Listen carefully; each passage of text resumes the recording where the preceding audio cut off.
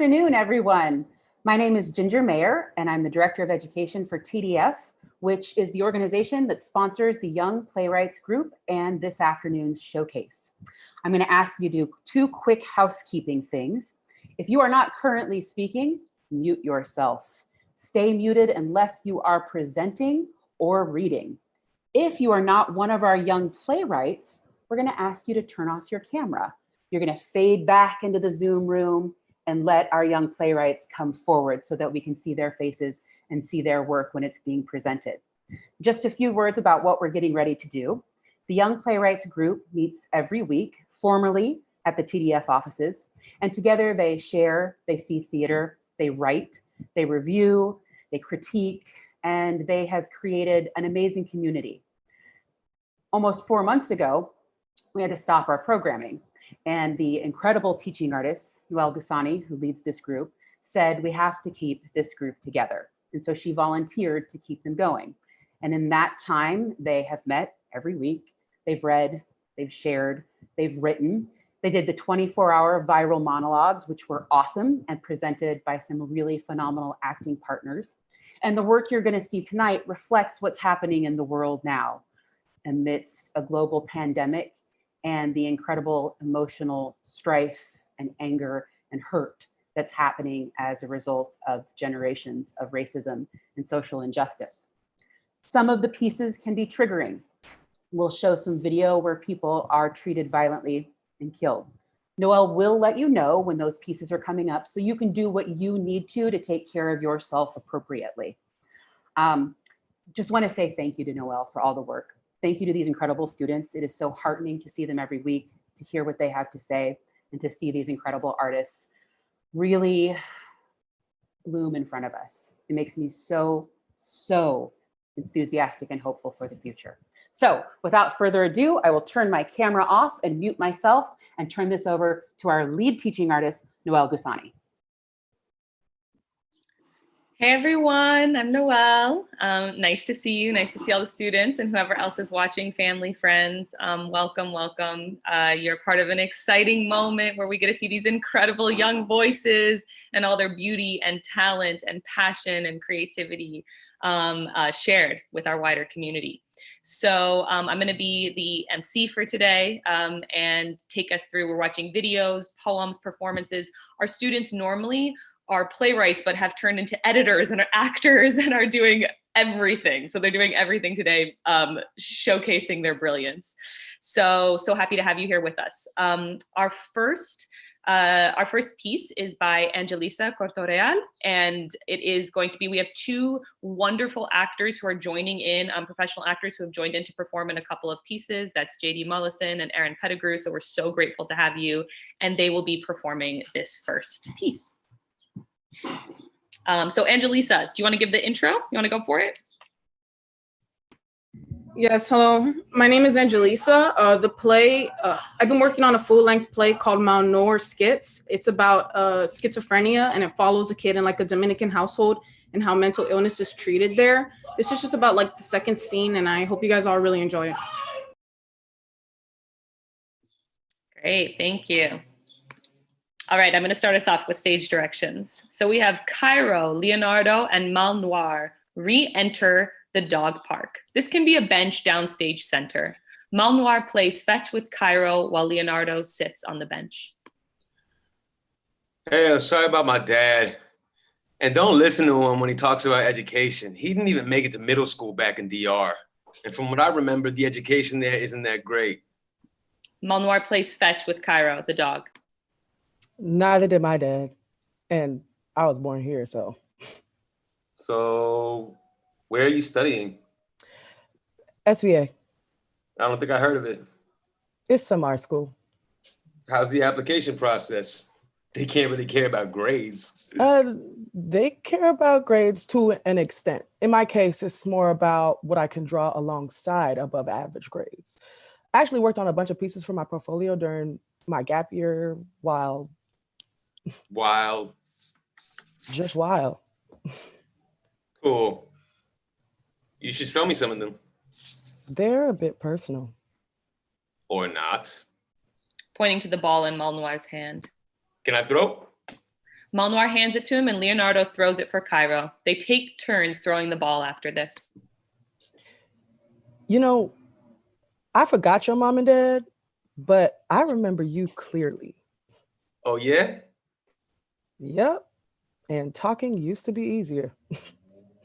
I think we're doing pretty good after 5 years of not talking. And can you blame us? We didn't stay in touch after your family moved out. But looking back on it, I'm shocked we didn't. So you remember what we used to do? Wrestle, play video games, fight over microwave cheese, etc. Without your sister. I'm blanking. Forget it. Dude, come on. You can't tease me. I don't even know what I'm talking about. Seriously? All right. So how long are we gonna stay here? Well, Cairo's a small dog, so 30 minutes of exercise is fine, but I usually stay for like 2 hours. 2 hours? Why? Look at it this way.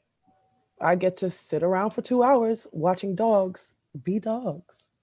You know how most people call their dogs their kids? Well, you're sitting around watching people's children for 2 hours. Now, I'm not one to judge, but there's a difference between freaky and Don't immoral. twist my words. You said what you said. Are dog parks that strange to you? I mean, not necessarily. This is my first time at one. In DR, there aren't any dog parks that I know of. Right. I suppose there wouldn't be. You know, although the lack of animal control is awful, if you go far out to the campo, you can find these packs of wild dogs just like running around. And it's amazing how they naturally band together. Yeah, but they also look malnourished, diseased, and wretched. Well, now you're just making me sad. Okay, one time, my mother took me and Leah to DR to visit her father. And in the center of town, there was this shop. I forget what it's called. They sold chicharron. La friteria? Yeah, that. Yeah. And right in front of the shop, there was this really skinny dog. You could see their ribs. They had thin brown fur, pink flesh poking out of their bottom eyelid. Oh. Yeah, I mean, like their hind legs were crushed by a motorcycle. And every time we bought chicharron, the dog would follow me and Leah, dragging their crushed legs around while begging for food. Like, Well, did you give him chicharron? of course I gave him chicharron. And I sobbed the whole time because a dog with crushed legs was watching me eat. Oh, it hurt my heart. I'm sure you and Leah was his hero. We didn't save him from shit. His legs were still crushed and he was living in the streets. And if I can't help their entire situation, then what's the point of being a hero? But he was free. Free to do what exactly? Crawl on the ground? Yes. Would you rather have your freedom slightly restricted, but being taken care of, well fed, bathed, and loved, or run around in the woods with your homies? The woods with my homies. Okay, I did not argue my case very well. Also, all that other shit doesn't necessarily mean that you're happy. What if you're a dog who's cooped up inside all day with an abusive owner? That's obviously bad. Do I have other dog friends? Sure. Then maybe I'll be all right. All right. Like, I'm just happy that my dog is here with me and not in DR. Good thing, too. The other dog would eat his fat ass. Yo, he can hear you. Don't listen to him, Cairo. He doesn't know what we're saying. You'd be surprised to know what dogs can understand from us. All right, psycho. You don't care about dogs. You know what I think it is? What? You just want to go to DR yourself. No shit. I was born there. I'm homesick like every other day. Plus, I hate New York weather. I'm always fucking cold. Damn. Are you thinking of going back? All the time. I hate it here. Actually, that's not true. It isn't Yeah. perfect here. And I do miss my home country, but what will I do if I go back? I've been here since I was 10. I am sure you could find a job here with a degree in mechanical engineering. I think it's a little more than that. Like, am I too American to go back now? You know, my parents literally waited 10 years to get here and to be happy. And sometimes I think I'm not as happy as I should be here. What? No, no way.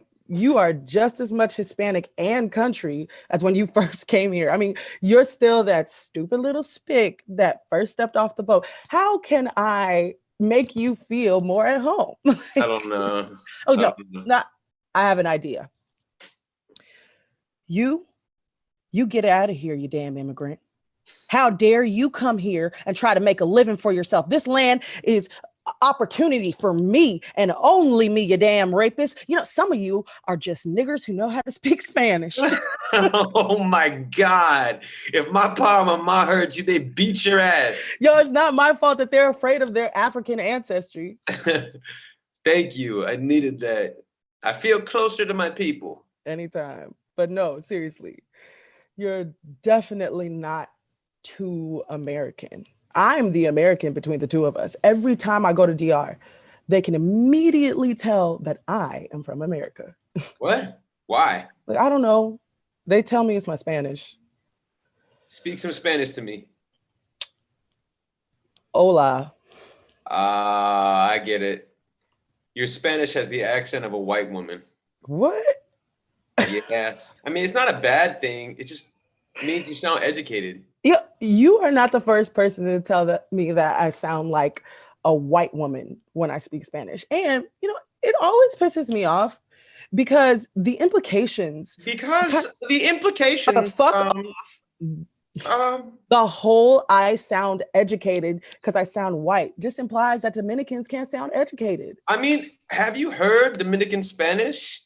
Ay, que lo que mani, que te pase, como te va? It's ghetto as fuck. Well, you sound ghetto and you're getting a degree in engineering while I'm getting a degree in the arts. Hey, don't put the arts. It's a skill. Well, I don't have to learn Calc 4 to do it now, do I? Still, I hate putting people down. Look, I'm just saying. Look, I'm sure you're not the only one who thinks that it's unfair that you have to sound like a white woman to be educated. The world will be fine. And no one's secretly judging you. You know what? The fact that I sound like a white woman just means that I'm one step closer to conquering the world. Whatever you say, baby. Did you just call me baby? Yeah. Sorry. No. You can call me baby anytime. Dude, shut up. Yeah. You started it. Let's go home. Carl, come here. Malnoir, Leonardo, and Cairo exit. End of scene. Give a big shout out, clapping, whether we can hear you or not, for Angelisa and for our wonderful actors for powerful, powerful work. Thank you, Angelisa. Next up, we have Brianna Chavez coming out of Ozone Park, Queens. Brianna, if you want to give out your intro, please. Hi, my name is Brianna Chavez, and I'm a rising senior at Frank Sinatra School of the Arts. This is my second year in the program. For my project, I created a short film highlighting the cause and significance of the Black Lives Matter movement. I hope this encourages you to be a part of the change our society needs. Thank you. Thank you, Brianna. And just to share out, as Ginger mentioned, in terms of just letting people know that there will be some graphic images in this piece, so whatever you need to do to take care of yourself. Thank you, and handing it over to Ginger to... Rel joins us right now with a look at the COVID hotspots and what's been driving the spike in those areas. And Meg, this is a concerning story.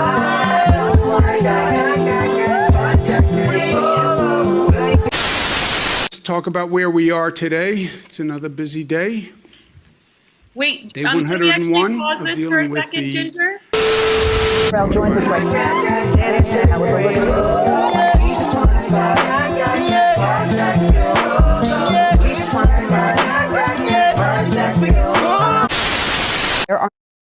Sorry, we're having an technical issue with the video. Sorry about that. I'm not sure what happened. We tested this out earlier, but this is part of the Zoom world.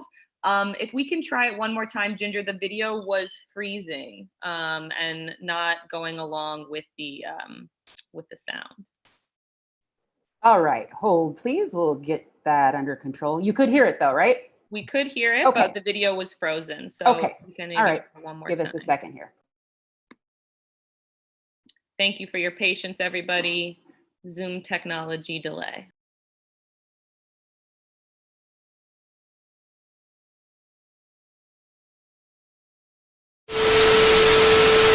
Israel joins us right now with a look at the COVID hotspots and what's been driving the spike in those areas. And Meg, this is a concerning story.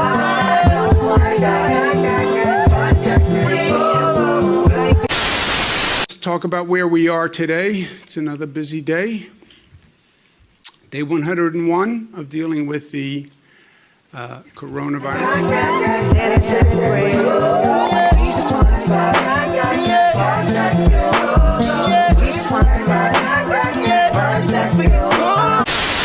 There are now more than 2 million cases reported in the United States.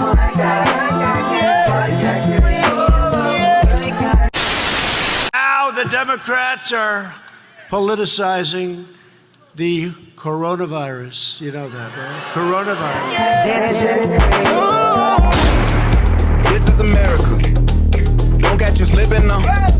Don't catch you slipping now. Look what I'm whipping now. This is America. Don't catch you slipping now. Don't catch you slipping now. The 25-year-old tries to get around them, and then the video released yesterday has brought national attention to the incident, which took place on February 23rd. Some believe this is yet another example of an unarmed black person shot and killed unfairly. Louisville police shot and killed 26-year-old Breonna Taylor in her apartment during what her family calls a botched drug raid. A bystander's cell phone video captured the incident Monday night. A Minneapolis officer pinning George Floyd face down, pressing a knee into his neck. For at least 3 minutes on the video, Floyd pleads for help, saying he can't breathe at least a dozen times. Then he becomes unresponsive as onlookers shout at the officer. The video was a terrible looking video to me, but you have a lot of people looking at it, and hopefully an answer is going to be arrived at very quickly. But it's something that is heartbreaking.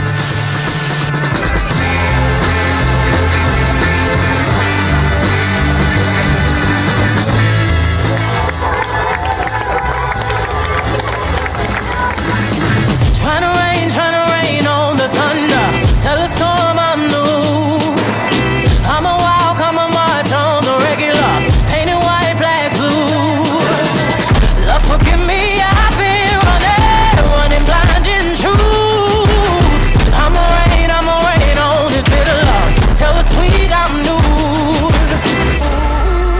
I'm telling these tears go and fall away, fall away. May the last one burn into flames. Freedom, freedom, I can't move. Freedom, cut me loose. Yeah. Freedom, freedom, where are you? 'Cause I need freedom too. I break chains up by myself. Won't let my freedom rot in hell. Hey, I'ma keep on running 'cause the winner don't quit on themselves.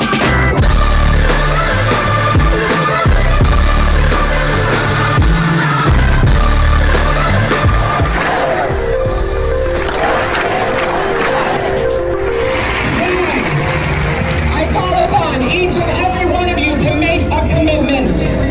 Today, I urge you to commit that today is the very last day that transphobia will bring the lives, loves, and joys of black trans people.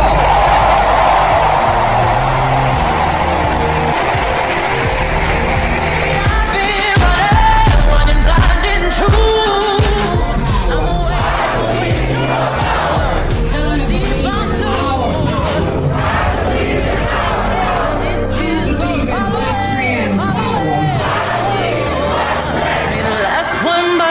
Flames. Freedom, freedom, I can't move. Freedom, cut me loose. Yeah. Freedom, freedom, where are you? 'Cause I need freedom too. I break chains up by myself. Won't let my freedom rot in hell. Hey, I'ma keep on running 'cause the winner don't quit on themselves.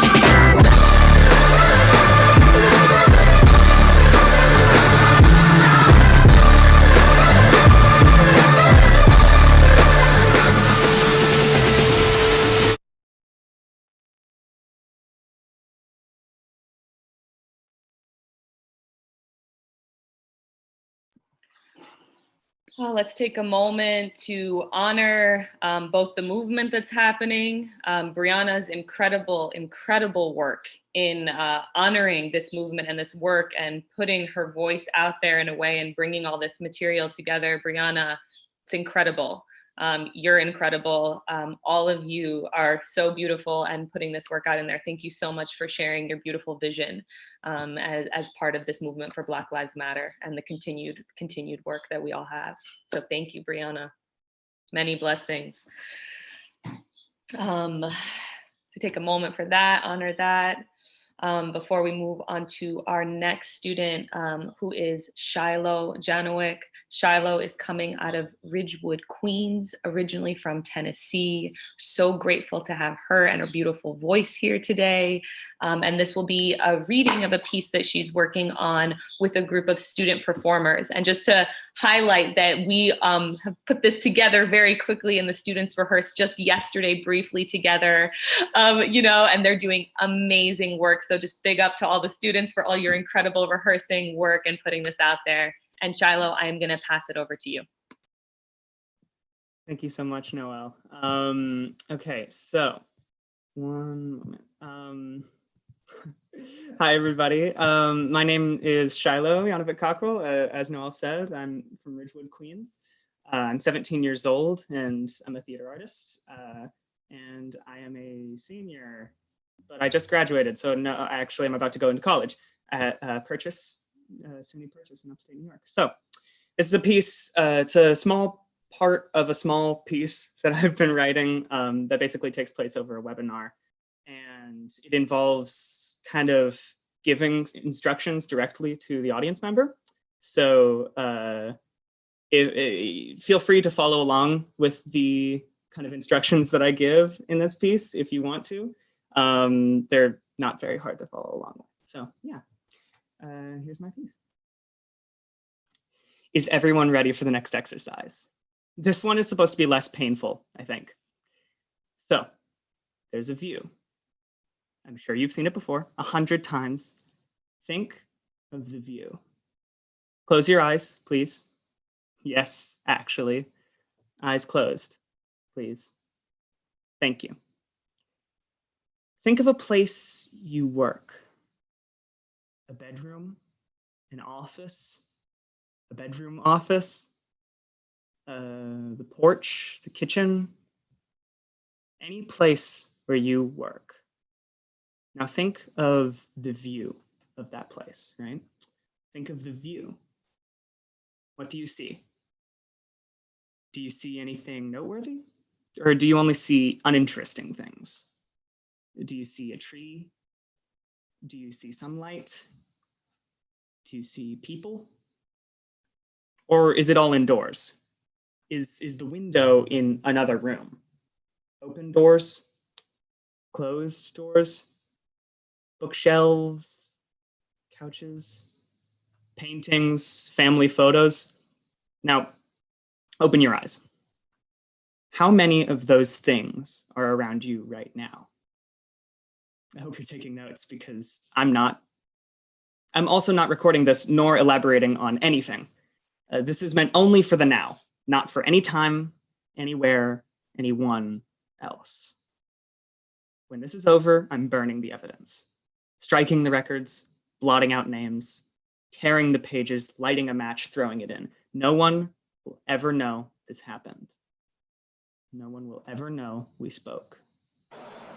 Footnote: nobody is beside you. Question: will you forget or will you remember? The only evidence you'll have of this ever happening is your memory and the paper you're writing on. Make sure you treasure your notes if you're taking them. If you aren't, that's okay. I applaud you, I guess. Trusting yourself more than you trust a piece of paper. Taking note in your mind. Sometimes admirable, sometimes ineffective. I just got really hungry. Sorry, I'm gonna go get something to eat really quick.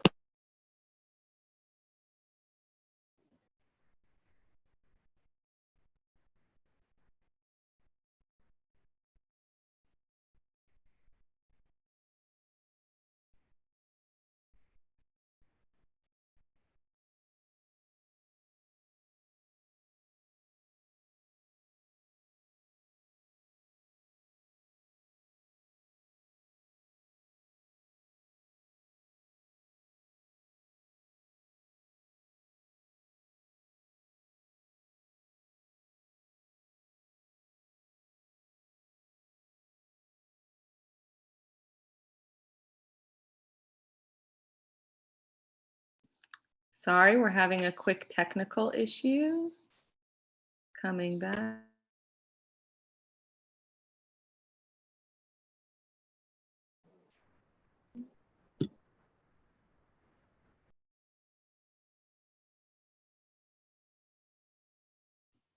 Give us one more second, please.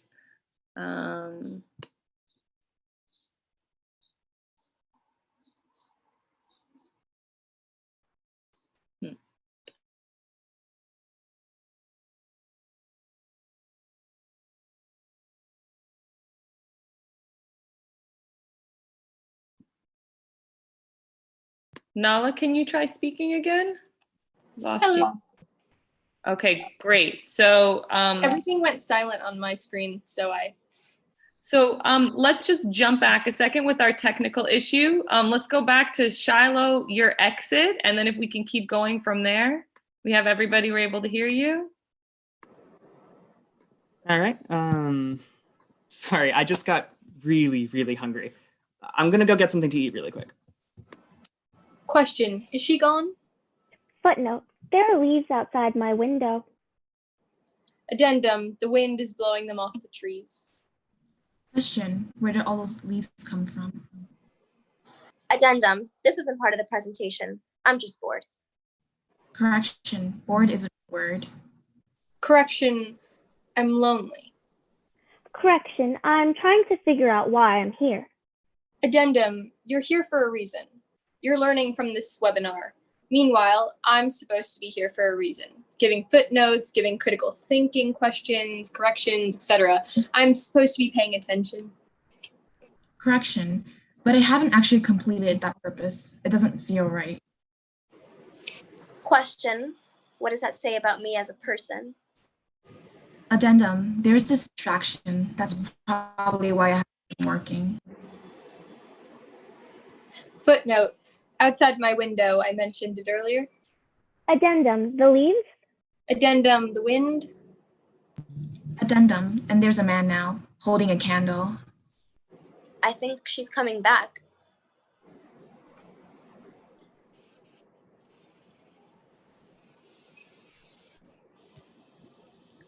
End of scene. Great, thank you so much. Sorry for the technical issues. Sometimes that's the world we live in. Thank you for the beautiful work and for the reflections and for your performances. Thank you, Shiloh, and other performers. Our next piece is from Ivy Zhu. Ivy, you want to take it away and give us your intro?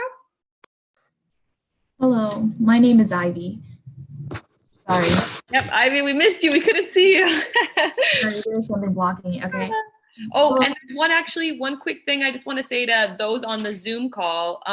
If you want, I know some people are looking in gallery view, and if you want also, you can just press the speaker view at the top right if you just want to have popping up who is speaking at that time, just to let people know in case they didn't. All right, go for it, Ivy.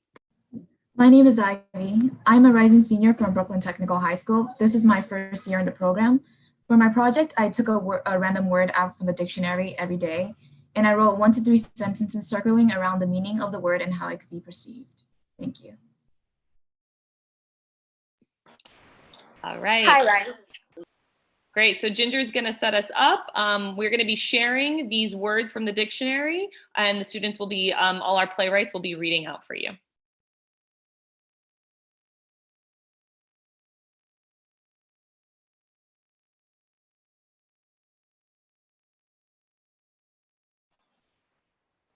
High rise. I cannot see the bottom. I jump. Bent. I thumb at the yellowing pages. Swoosh onto the next story. Puke.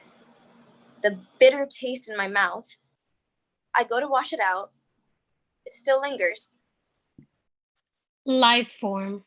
A strange pale being. So strange, twisted and malformed.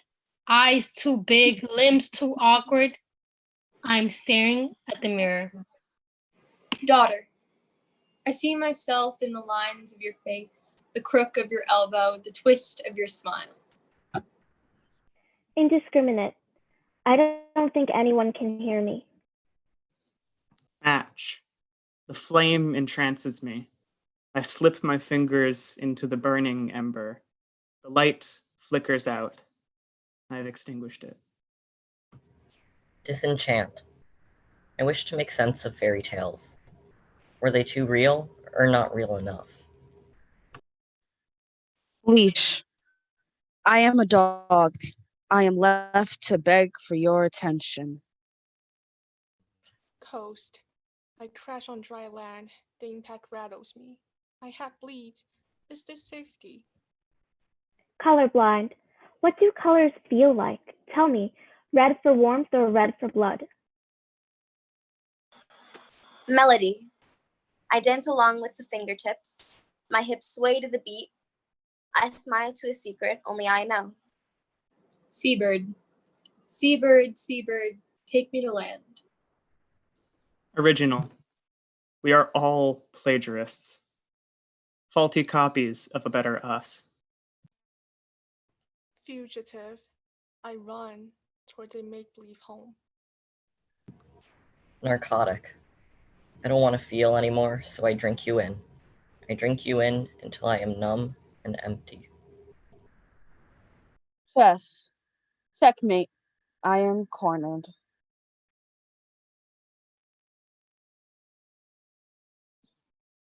Beautiful work. Thank you, Ivy. Thank you, the whole group, for sharing that together.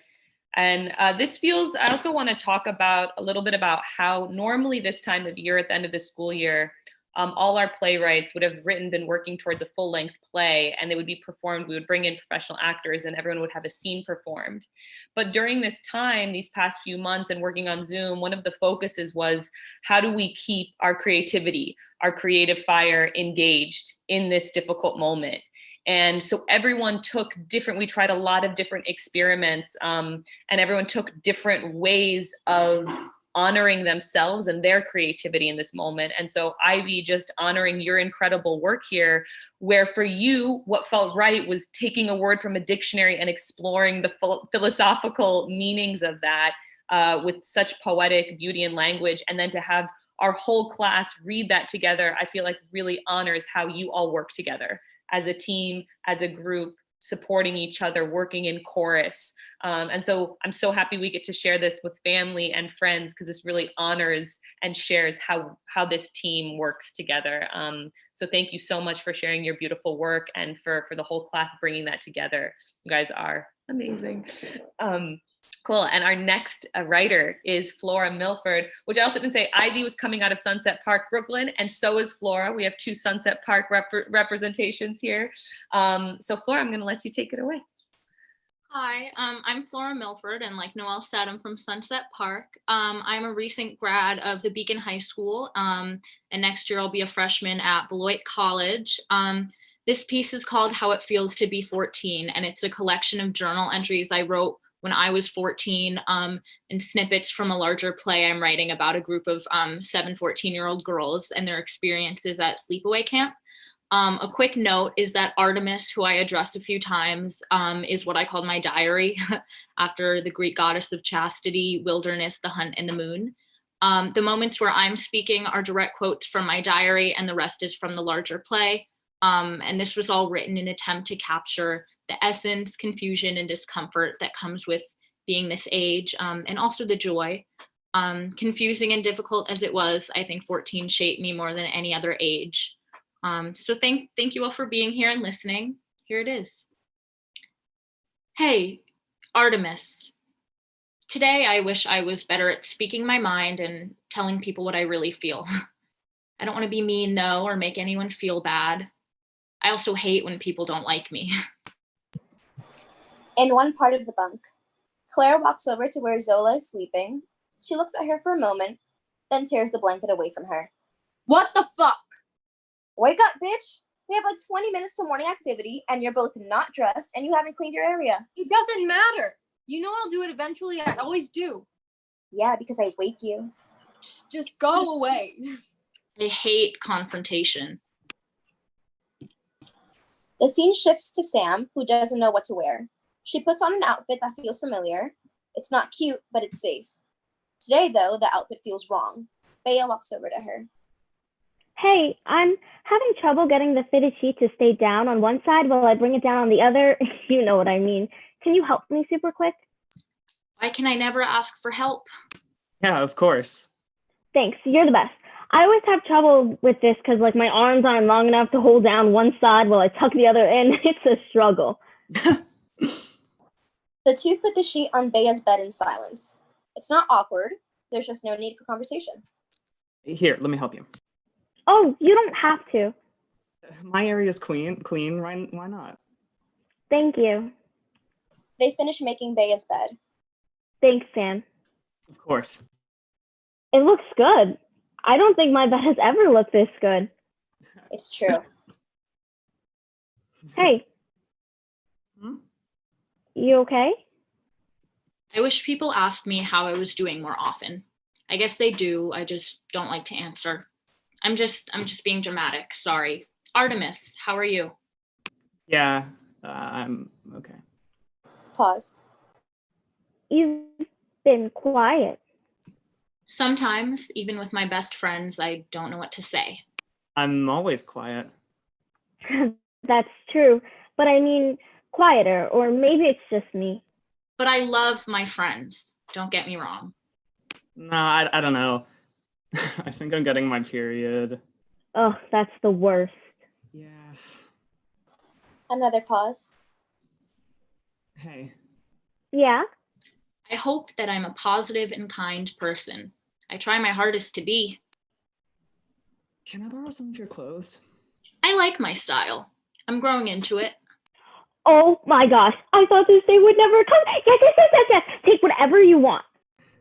Thanks. Getting kind of bored of all this. Sam motions to her outfit. I think you look great, but I'm very excited for you to wear something of mine. Dig in, take whatever you like. Sam looks at the shelf on which Bea keeps her clothing. There's a lot of clothing. Maybe I'll actually... Yeah, it's kind of a lot. Here, let me help you. Actually...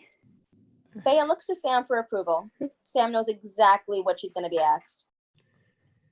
Sure. Today was a simple yet wonderful day. Yes. You guys, Sam just asked to borrow some clothing. Come help me style her. There's an immediate rush of excitement from all around the bunk. Zola runs over with Claire, Soleil, and Kaya following. Just remember, we have to be out in 10. I wish I were more assertive. That leaves plenty of time. Let's do it. I like where this is going. Okay, Sam, what are you feeling? Color, vibes? Sometimes I love being me. Anything. Well, not a skirt.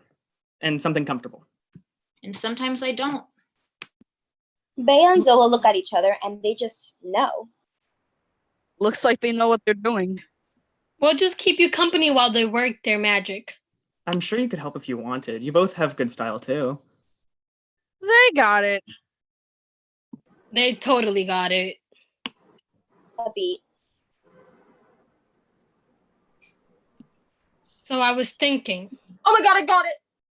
Oh, that's exactly what I was looking for. Yes, give it to her to try on. I'll get the shorts. Okay, Sam, try this. I want to remember everything. I want to remember everything. I want to remember everything.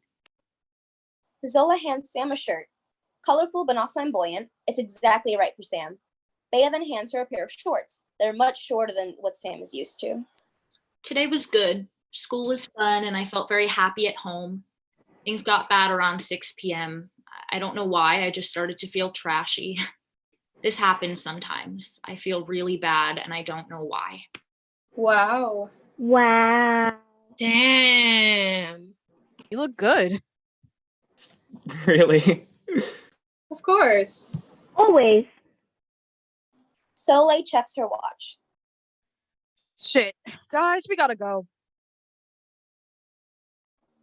The girls make moves to leave the bunk. They throw random shit into their shelves in attempts to clean the last of their mess and then leave. Sam lags behind. She looks visibly uncomfortable, knowing her shorts feel too short, though she can't see how they look. She walks over to the mirror but doesn't want to look at herself. When she finally does, she is deeply uncomfortable. Everything feels wrong. She considers smashing the mirror to the ground. Dear Artemis, my hand is cramping, so I'll make a list of what to write about later. Day with Rebecca, Graham, and Amy at Rebecca's house. Amazing day. New Year's Eve, 2015 and 16. 7th grade. Days with my sister. Weed. Poetry. The person I think I like. Confusion. All of it. I know there's so much I want to write here, and I just can't remember. I wish I could remember. Hanging out past 10, that's normal now. High school parties, boys, girls, I don't know. Do I want to write about feeling bad, not feeling good in my own body? What do I want to write about in here? Like, do I want to write about the bad because I'm feeling it, or do I want to write about the good to remember it? Do other people think these things too? Do I write about both? Now I'm just rambling and this feels cliche. That one time in the park with Isaac and Lily, you know what I'm talking about. I turn 15 soon. I don't even know. There's so much more I can't remember, but for now, adieu. And this is me talking now. I have no idea what most of this means, but it's what I thought about when I was 14. A beat. Sam looks at herself again. She considers smashing the mirror onto the ground. She does it. End scene.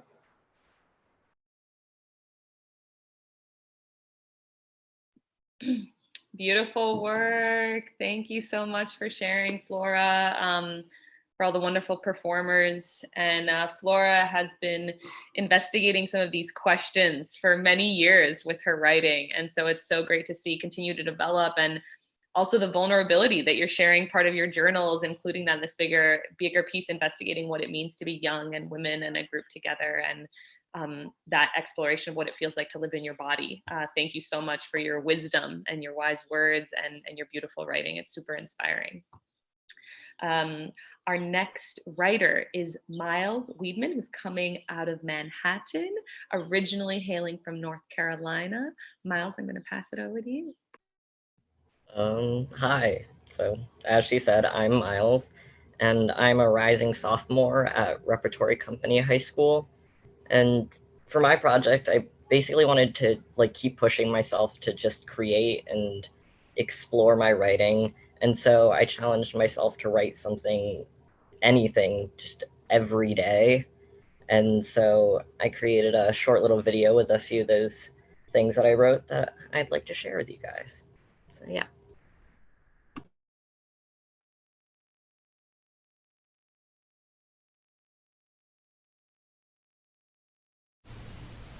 Rules for me. Don't be hard on yourself. Write because you enjoy it. When you finish something, let it go. Be honest and don't hide.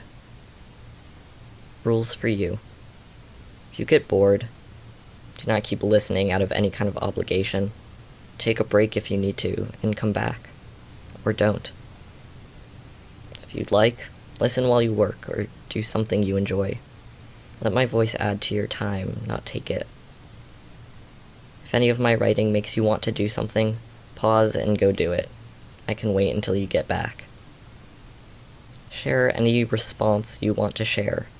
You can share with everyone or just me if you want. If you share, I will listen. Tuesday. Dear someone. I don't really know what I'm doing here. I don't even know who this is for. I guess this is for you, whoever you are. Hi. What should I say? I feel like a letter is the sort of thing you can use to give advice, and I don't know what you might need right now, but maybe I can help. Don't be so hard on yourself. That's easier said than done, I know, but it can help everything not feel so overwhelming.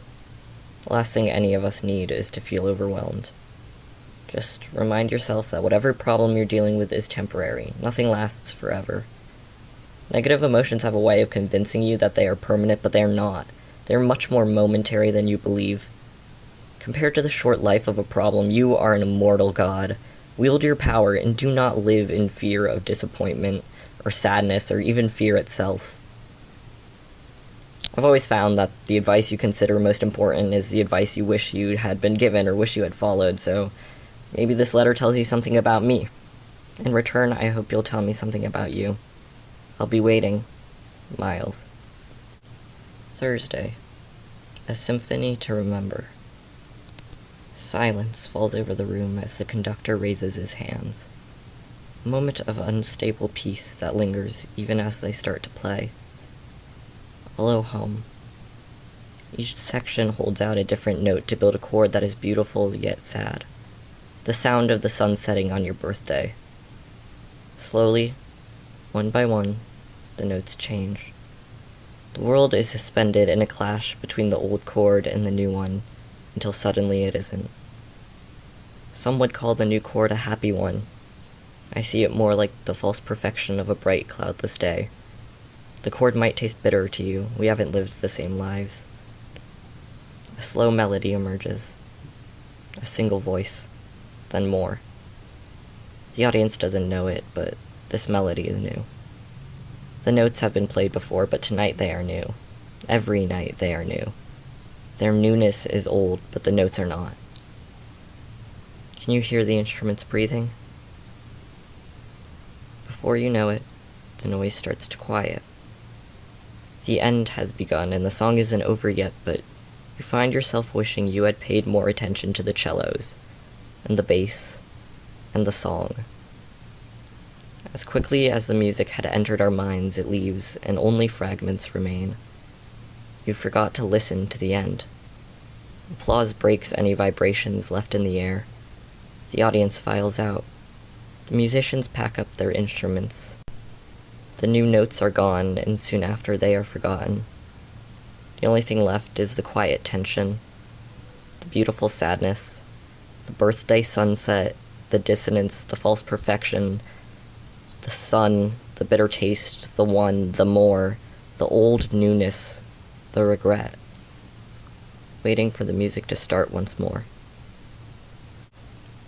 Monday. A walk through time. Tick, tock, tick, tock. Right, left, right, left. I marched to the sound of time passing by. Round and round, I spin with the earth. Ba-bum, ba-bum. My heart joins the chorus. Tick-bum, round and left. Separate voices are one as I keep marching along, taking a walk through time.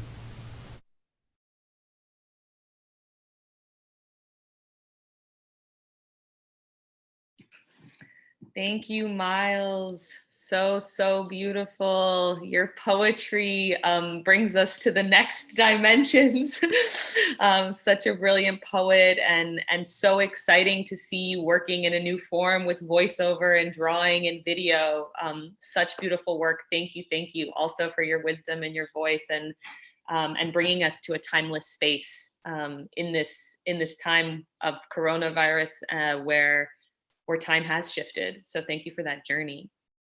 Our next writer is Evelyn, who's coming out of Maplewood, New Jersey. Evelyn, I'm gonna pass it over to you.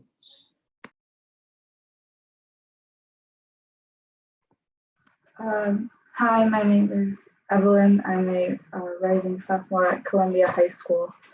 For my project, I wrote just a few simple tasks or rituals that you can do that they're not very long or very complicated and don't involve a lot of props or anything like that. They're just kind of simple things that you can do throughout the day that kind of slow down your day and can make you feel better. So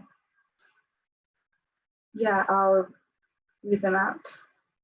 And Evelyn, give us 1 second. Ginger's gonna share them on the screen as you read them, okay? Okay.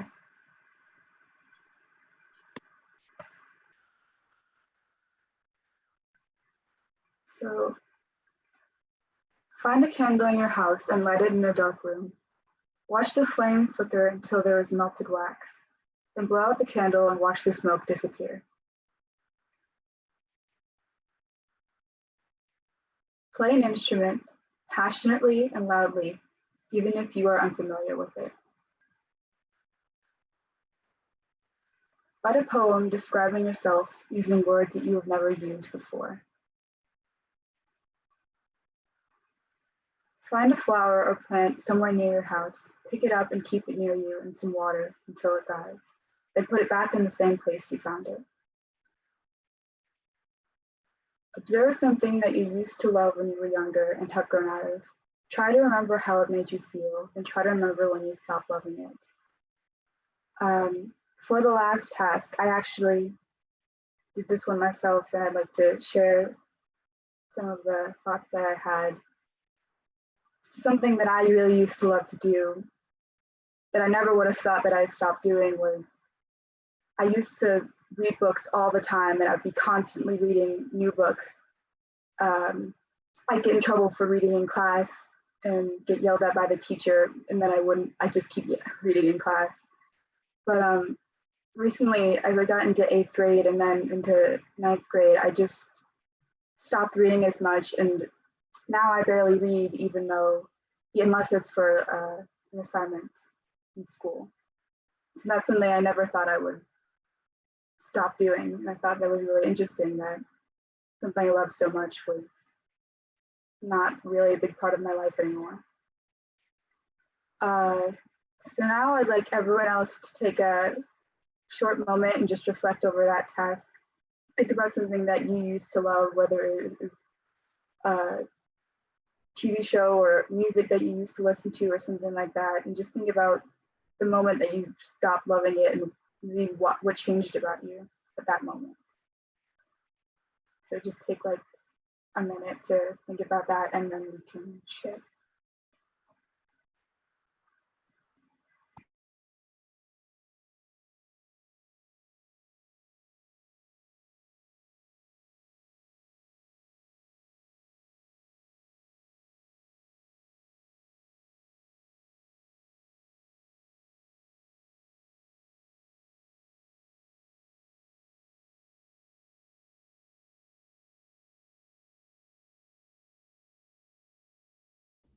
Can we share whenever we're ready, or?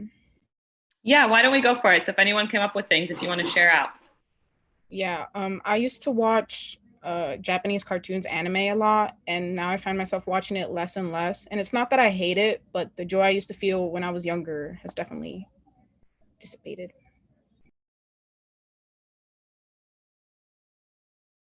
Anybody else want to jump in? It would be great to hear from a few people. I used to love Disney Channel, and now I just feel like it's gone to poop. But I think maybe it's because I'm older now and I don't think it's as funny as it used to be. When I was younger, and we had first moved to New York, I used to watch a lot of transgender YouTubers and watch a lot of like vloggers, people making vlogs and blogs about their life as a trans person, because I was still figuring myself out and I hadn't really come out to anybody yet, and I kind of lived vicariously through them. But when I came out to my parents in 2018, halfway through the help of this group, I was able to kind of slowly stop doing that because I was able to live my own life how I wanted to.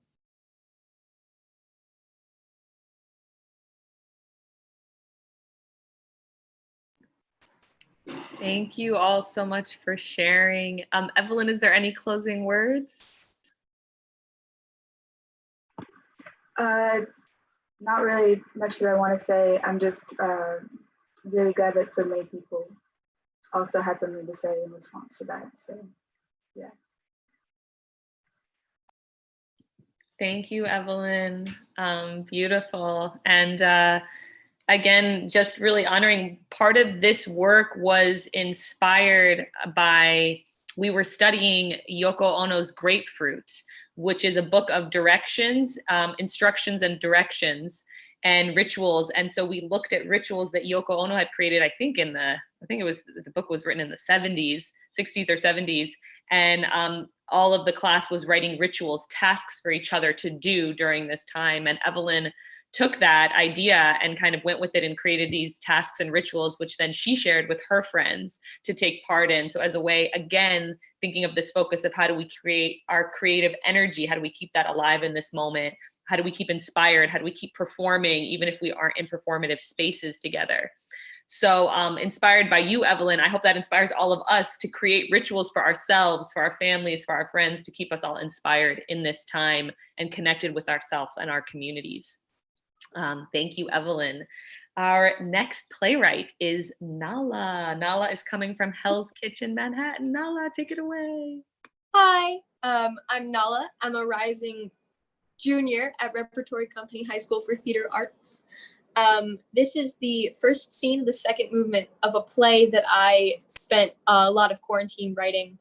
And it just focuses on loss, love, beauty, and it's pretty all-encompassing, I think, but that's all I have to say.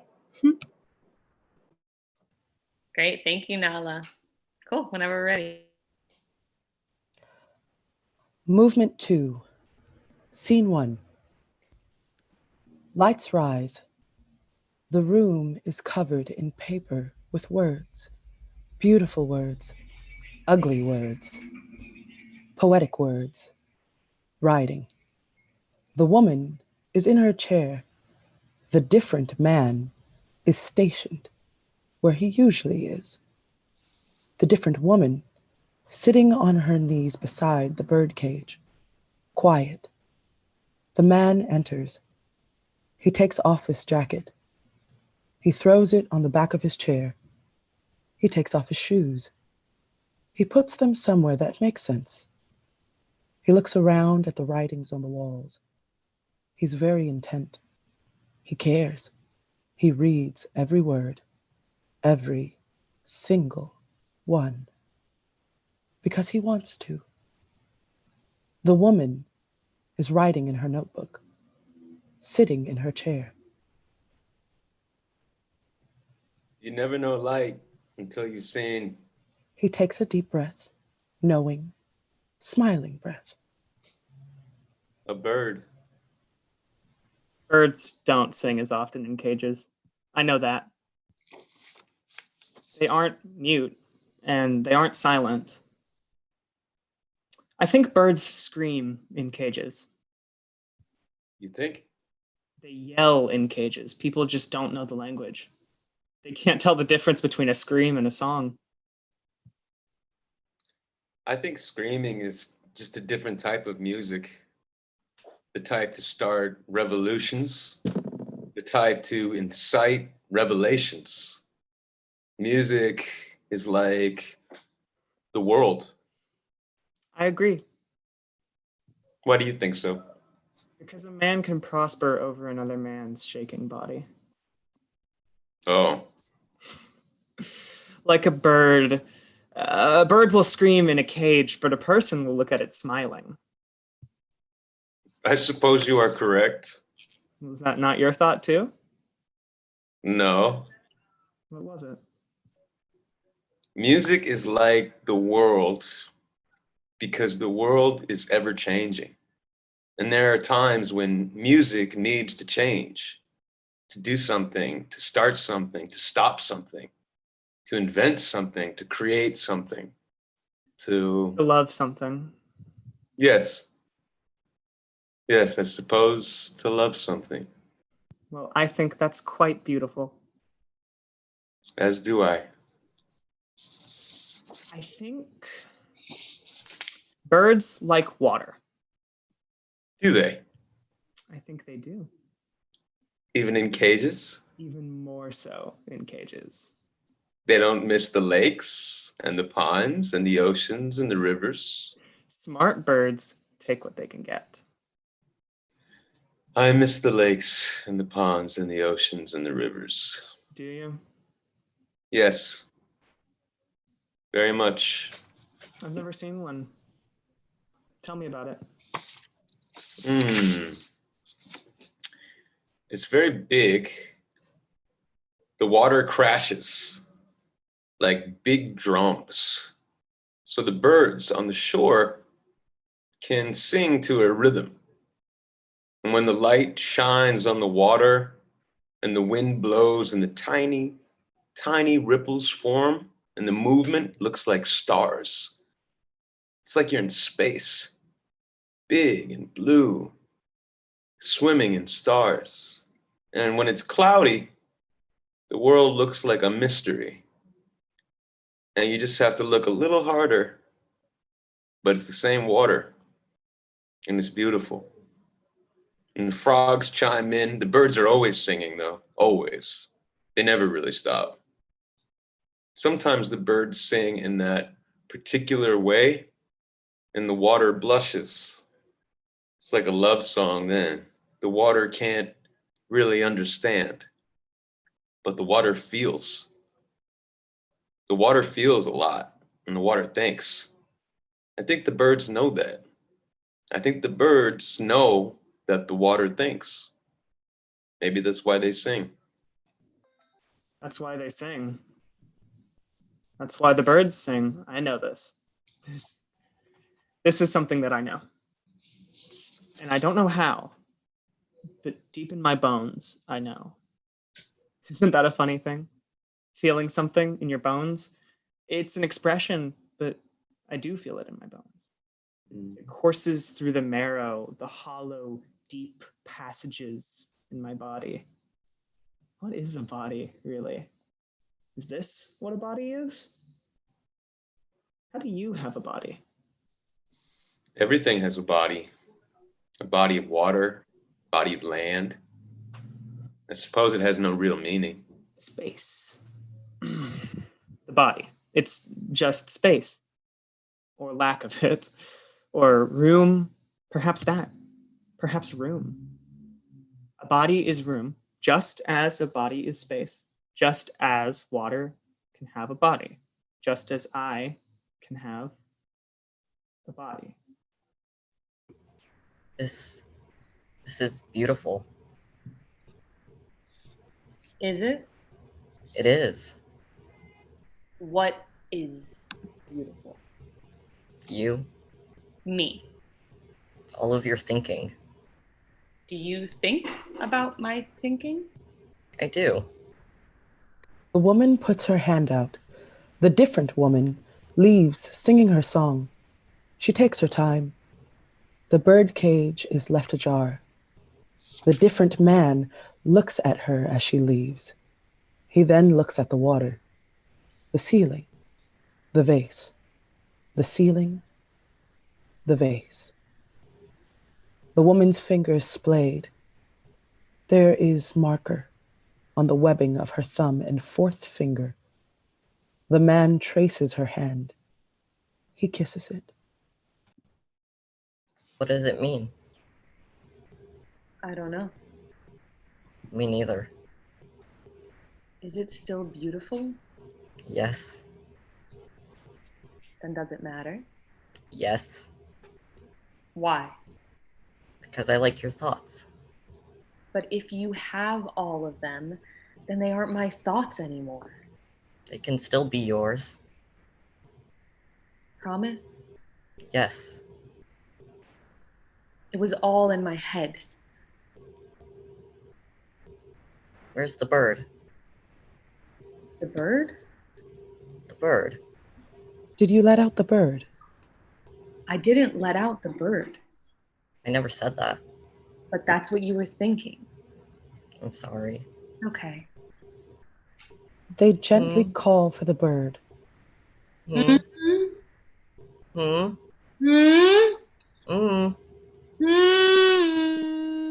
Hmm. You never know light until you've seen a bird. A short instrumental lick of the different woman's song. The water is still dripping. Lights fall. Thank you, Nala. Beautiful work.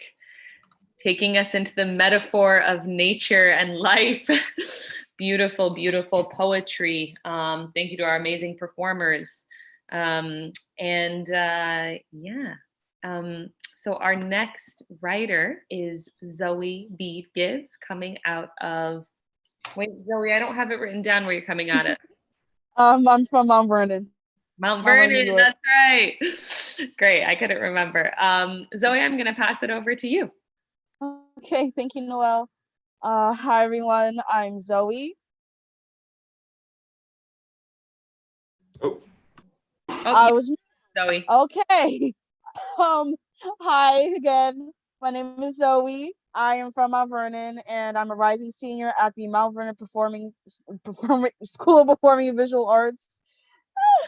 So my play is called Red Jordans, and it's based off of the Brother Grimm's fairy tales. The different characters such as Little Red Riding Hood, Little Bo Peep, Goldilocks.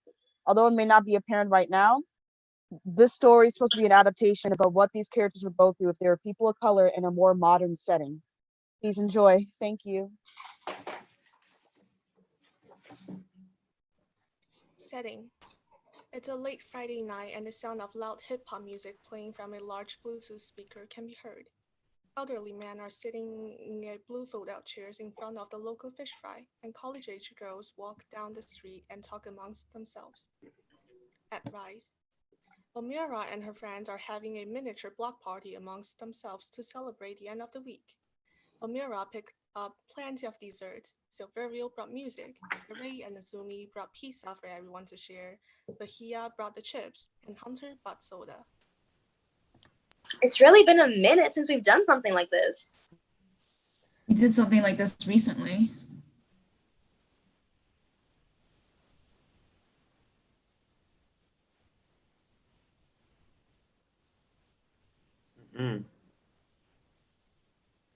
Sorry, maybe we're having an issue. Give me 1 second. Oh. Who do we have? I'm going to jump in and read that. Let's start this one more time, and I'm going to come in and read for Bahia. Let's go from the first line, please. It's really been a minute since we've done something like this. We did something like this recently. No, we didn't. Yeah, we did. It was a Friday and the sun was setting.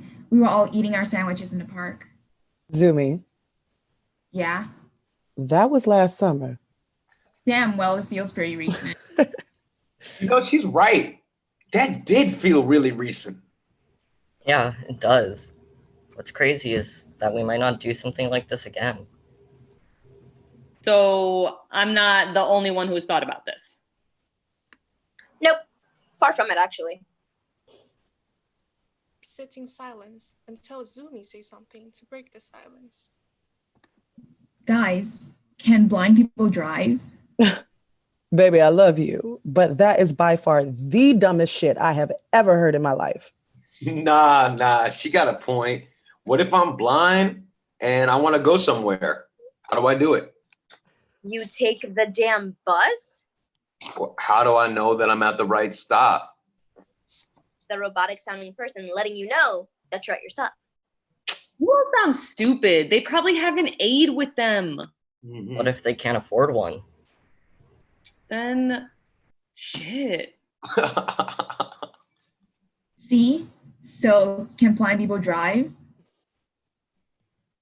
Continues talking, laughing until they can't breathe and going into various different tangents. Flashing red and blue lights appear in front of them. Officer Miller and another cop get out of the cop car. Hunter can see his dad, Officer Miller's face in the window, and clearly get startled. Sorry to bother you all, but I recently got a complaint from one of your neighbors regarding the loud noises. I'm sorry, sir, but I don't believe it was any of us. Hunter, you don't have to defend your friends. I'm not defending them, I'm just telling the truth. What was that? Nothing, Dad. Scared at his son, while the other cop turns his attention to Silverio, who is turning down the volume of the music. Excuse me, young man, but can you explain to me why your music was so loud? I didn't think it was so loud. I was just trying to play some music. Well, according to the complaint we received, it probably was. Maybe it wasn't us. There are other people playing music on the block. Omira, I'm gonna need you to stay out of this. Officer Miller, I just wanted you to know why we can learn and Omira, please stay quiet and stop interrupting us. Looked clearly scared as she pulled out her phone to record what was happening. What's your name, sir? Silverio Cruz. I'm not a sir either. I'm 17 years old. I'm still in high school. Are you giving him attitude? No, officer. I was just clarifying my age. May I see your student ID for proof? Sir, we all go to school together. Isn't that proof enough? Hunter, let him do his job. Dad. What did I tell you about calling me dad while I'm on duty? You know it, we'll discuss at dinner. See your student ID. I don't have it on me. You gave it to me. Let me just... Put your hands in the air. Yo, she was just getting his ID. All three of you, hands in the air, now. Sir, we did nothing wrong. I said now. Please stop recording. Officer Miller, she has the right to record. Miller, come here and make sure these kids stay while I call for backup. Yo, what do you need backup for? We're doing everything you're saying. Sir, please stop threatening us or I'll be forced to shoot. How am I threatening you? I'm just asking you why you're doing this. Immediately, Officer Miller takes out his gun and fires at Silverio as it was a reflex. Silverio's eyes widened as the bully started heading for his chest. Time slowed down for a second until he heard a scream. Hunter! Son, come on, son, get up. Silverio looks down only to see Hunter gasping for air on the ground as he bled out. Hunter, it's gonna be okay. It's gonna be okay, all right? Look at me so I know you're gonna be okay. Come on, Hunter, look at me, please. Two cops look at each other. Officer Miller had a mix of fear and sadness in his eyes. The unnamed cop can see the fear in his co-worker's eyes and quickly gets to work. Pharaoh Cruz, you're under arrest for the murder of Hunter Miller. Are you serious? You could clearly see that it wasn't... Let go of me! He did nothing wrong. Are you serious? Sir, Officer Miller clearly took the shot. Hunter jumped in front of the bullet to defend someone in danger. If anyone should be charged for murder, it's you two. Izumi is sobbing, but he screams Hunter's name as he bleeds. Unnamed cop pulls Silverio into the back of the car. It's gonna be okay, baby. Everything's gonna be all... Officer Miller takes out all of his anger, guilt, and sadness into a ray and tackles her to the ground as she was speaking to Izumi. Get off of her! I can't breathe. Get off of me, please. Get off of her. Please, I don't want to die, please. Officer, please, get off of her. She isn't doing anything. I don't think she's breathing. Officer Miller gets off of a ray and leaves her lifeless body there on the sidewalk. He quickly makes his way in the car and begins to drive off with Silverio in the backseat with handcuffs on. The scene fades to black as the car drives away. Only the sound of young girls screaming and crying can be heard. Newscaster appears. Good morning, New York. Recently, an update on the murder of Hunter Miller has come out. A video of Officer John Miller pointing a gun and firing it at the supposed murder of Hunter. As you can see, Hunter jumps in front of the bullet to protect his supposed murderer. There was even a young girl known as Ray who also lost her life that night while trying to speak with her friend. As a result, protests have been surfacing all across the country. As for his father, the falsely accused murderer, Officer Miller is currently on paid leave from his job. As for the falsely accused young boy, he was taken into custody by ICE due to the possibility of him being an illegal immigrant. Now, time for the weather.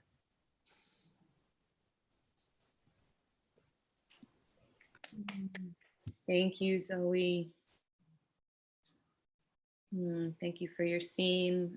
Thank you for bringing this to life in such a personal and beautiful way. And I know that this is a trilogy, a longer piece you're working on, looking at police brutality, looking at gentrification and other things. And so just thank you for bringing light to this through your eyes. Very, very powerful, powerful work. Our next writer is Darlisha Adames. Darlisha, I'm going to pass it over to you. Hi, my name is Darlisha Adames. I'm a rising senior at Frank Sinatra School of the Arts. And this is my first year at TDF. And for my project, I'm going to be presenting 2 poems that I wrote One is called My Body, and the second one is called Ignorance. My body. In my body, I feel my heartbeat and blood flowing, letting me know I'm alive. I'm breathing, and I'm alive. What a beautiful feeling to know that I'm alive. My body is one of a kind masterpiece, an artwork full of stretch marks and birthmarks. I love my body. I want to continue loving my body and taking care of it. I want to feed my body and provide it with all it needs. My body is mine to love, to care, and to appreciate. So no, you may not touch it. You may not take advantage of it. You may not judge it. It is not your property. It was never meant for you. It is not an amusement park where you can buy your way in. My body is simply mine. Mine to love, to care, and to appreciate. Now for my second poem. Ignorance. The blood that flows through our body tells a story we cannot deny. In the midst of denying who we are, we forget about those people who fought for us. It is our ignorance that is stopping us from embracing who we are. If you could take off your blindfold and soften your heart, you'll understand how beautiful and lucky you are to carry our ancestors' blood. Thank you.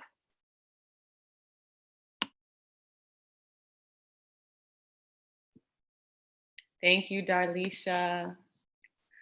Inspiring and powerful, and both a reclamation of body and ancestry in a way that is so moving for all of us. Thank you for sharing your beautiful words and your beautiful performance. Thank you, thank you. Our next writer is Megnan Lin, coming from Whitestone, Queens. Megnan, I'm gonna pass it over to you. Hello everyone, my name is Megnan. I'm a rising senior from International High School for Health Sciences, and this is my second year of TDF. For my presentation, I'll be sharing a scene from the longer play I'm writing that talks about the story of a family with two twin sisters regarding to the one-child policy in China in 1986. And the scene will be presented from the mom's perspective. Hope you enjoy it.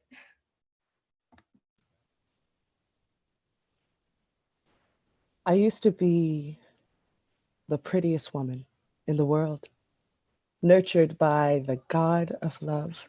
He loved me. She loved me, and I loved myself as well.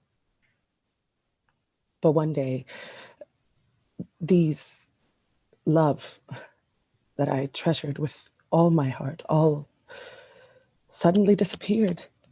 He left. She left. And it's only me sitting in this room now. When I was also a little kid, Mama told me that I was born with my head up and my eyes closed. Head up and eyes closed. I am still here with my head up and eyes closed. No one can ever take away the light inside of me. No one. Wait. What's my light again? When I have my eyes closed, I feel like I have transferred to another world that's covered in complete darkness. The alone me standing right there at the center. Then I sense an unknown group of uncountable black butterflies. In the lightless darkness, they start flying toward me from every corner of that space and chasing me without any explanation of purpose. So of course, I ran, but they never stopped chasing. And I tripped and the numberless butterflies immediately captured me and shrouded my body with their black wings and legs. And I don't know how to describe the feeling when millions or more of the tiny butterfly legs are moving around on my body, tucking into random pores of my skin and pulling my hair, my eyebrows, my eyelashes, my arm hairs, my leg hairs. I cried. And I begged. And I even thought of pretending to kill myself to scare them away, but I failed every time. And for some reason, they treat me more aggressively each time I resist. And then I heard a shallow voice from afar. "How are you, my love?" I started to tremble. "Do you miss me?" I trembled even more. "Looks like you still don't want to see me." I shook my head and I whispered, "That's not true.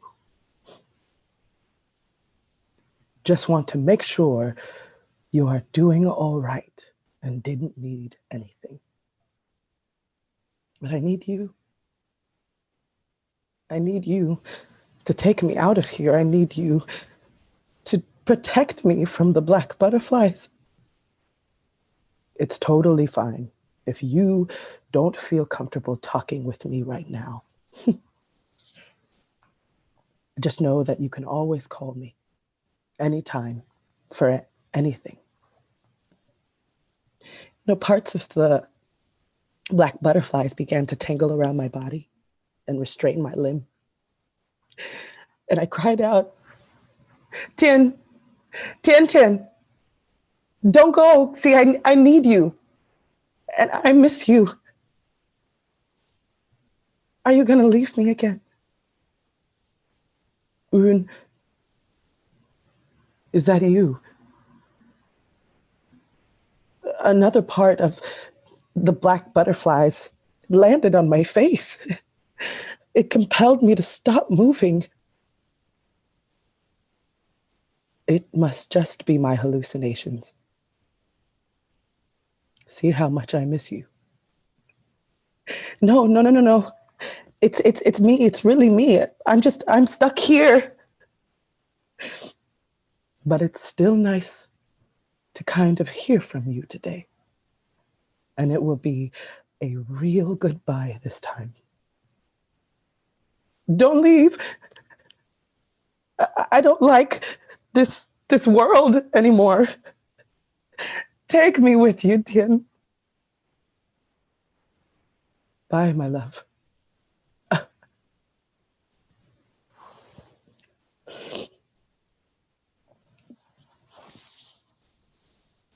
There must be some savvy butterflies prick their legs into my heart.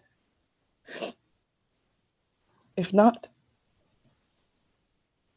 why did I hear the sounds of liquids dropping?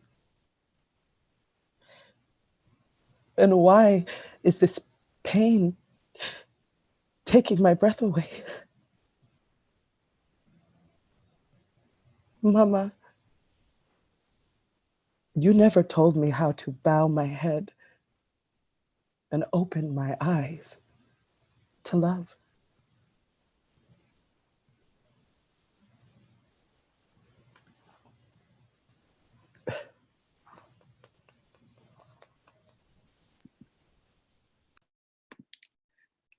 Thank you so much, Erin, for that moving performance. And Megnan, I don't really have any words. But Megnan, I'm wondering if you can actually lead us through the next part that you wanted to.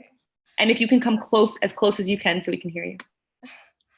So just like Evelyn, I would also love to hear a few words from you about just how you feel about anything from the scene. And also sorry, Erin, to make you cry every time reading my scenes. No, I know this is the second time we've worked together, and every time you have me in tears.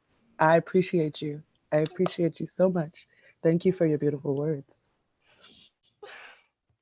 So yeah, if anyone can just share out, as Megnon suggested, anything that stuck out for you, that moved you, images, words, how you're feeling, we would love to hear. I mean, one of the things, I mean, you knew this would get me, but the gigantic mass of butterflies was just gorgeous. I love masses of things that are like starting out small and making a whole. I love that so much. So just the image of the butterflies covering her body was really, really powerful.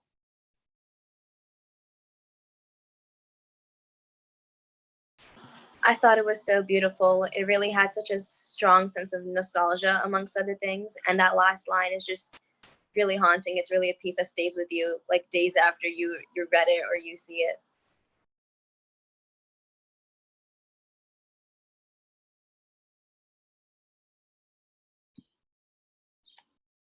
Any last people, anyone else want to share?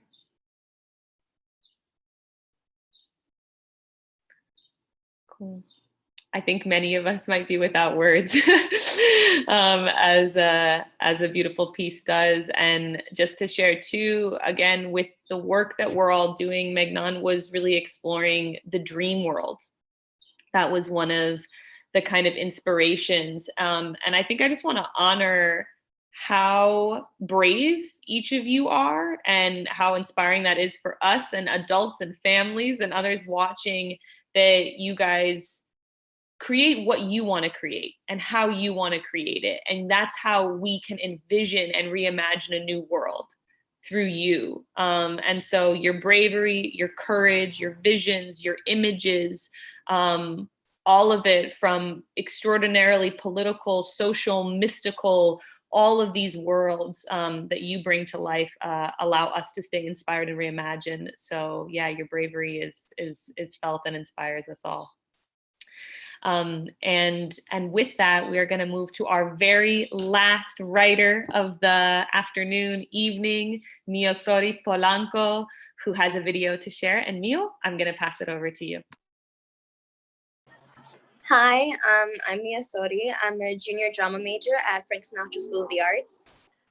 My video it's composed of visuals and monologues that I've written. It's pertaining to the Black Lives Matter movement, as well as empowerment of our youth of color, especially young women. As a Black Latina, this is a video that has a lot of weight for me, and I hope that through it you learn something new, or it opens your eyes even more to everything that's going on in the world right now.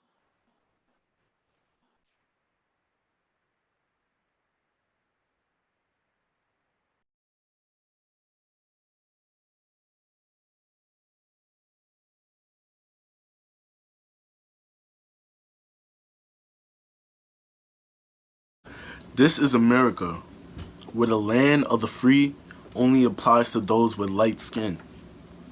This is America, where standing for the pledge means standing for a lie. This is America, where white skin is a shield and black skin is a crime. This is America. You're black? Your hair's so nice. What are you mixed with? White privilege isn't real. I have problems too. This is America, where jogging down a street as a black man is a crime. This is America, where a system built and founded on white supremacy and colored deaths is currently prospering. This is America, where a white man yells and spits on authority and gets off unscathed. Ahmaud Arbery was 25. Trayvon Martin was 17. George Floyd said, "I can't breathe." This is America. Unconditional giving of self. I hope I can say that again.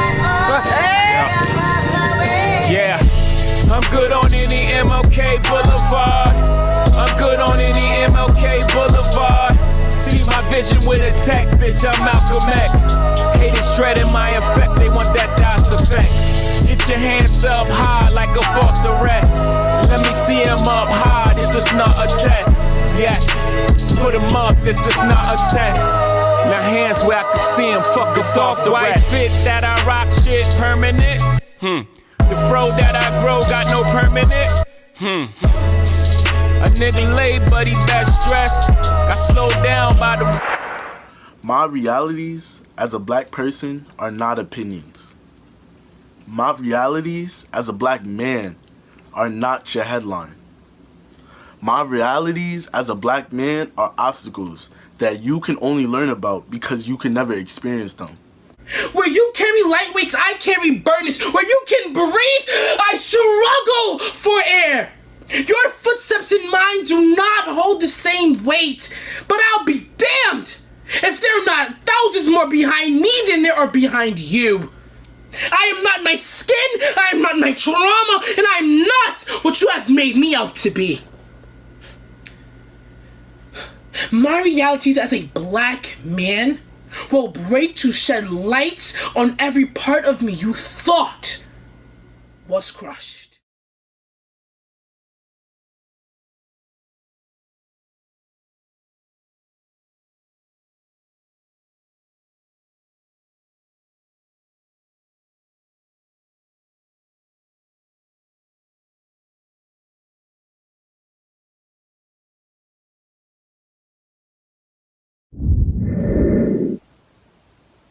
Black woman, we are the blueprint. You wanted the fullness of our lips, but refused to hear our cries of help. They made fun of our curves in school, only to mimic us with silicone and plastic. They tore us down because of the way the sun kissed our skin, only to bottle up our melanin and sell it by the ounce. They said our hair was ugly, untamed, not for the workplace, but when the white women use it on the cover of magazines, it's fashion. You turned our culture into a trend, our identity into a phase, our existence into a stereotype. You stole every aspect of the black woman and left her bare and unloved. We've regrown our skin with a strength you never knew we possessed, and we're reclaiming what's ours, day by day. I never trade you for anybody else. Pose like a trophy when Naomi's walking. She need an Oscar for that pretty dark skin. Pretty like Lupita when the camera's closing. Drip broke the levee when my Kelly's rolling. I think tonight she might braid her braids. Melanin too dark to throw her shade. She minds her business and winds her waist. Go like 24K. Okay. Tonight I might fall in love, depending on how you hold me. I'm glad that I'm calming down. Can't let no one come control me. Keep dancing and call it love. She fighting but falling slowly. If ever you are in doubt, remember what mama told me. Brown skin girl, your skin just like pearls. You're back against the world. I never tried you for anybody else. A brown skin girl, your skin just like pearls. The best thing about the world. Dear white man, from the daughters of African kings and queens, of the Caribbean, of revolutionaries, of women who were told to sit down and shut up. We're here to tell you that your time in fake graces has come to an end. Years of telling black women they're less, that they will never amount to more than what they were given. But our days of speaking are over. You will hear us in our college degrees. You will hear us in our tall afros and in every industry and in every career path. You will hear us topping charts and running firms. The Black woman has only fallen in the minds of those who believe themselves higher than us. But from the ashes, from the blood of our ancestors, we will rise.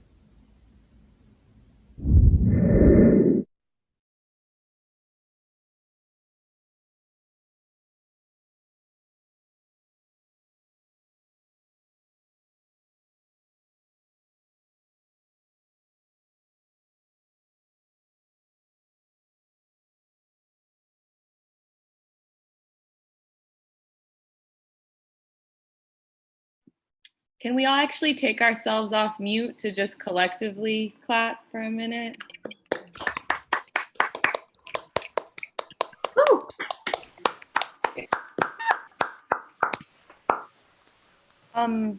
And let's also, I don't really think I have anything more to say besides let's just take a moment of silence to honor Mio's work and all the work of all the students here, and especially right now in this movement, the Black Lives Matter movement, which has been around for a long time but is continuing and prospering. Let's just take a moment to honor the work of all those in the movement, and honor all those lives who have been lost. And yeah, let's just take a moment of silence.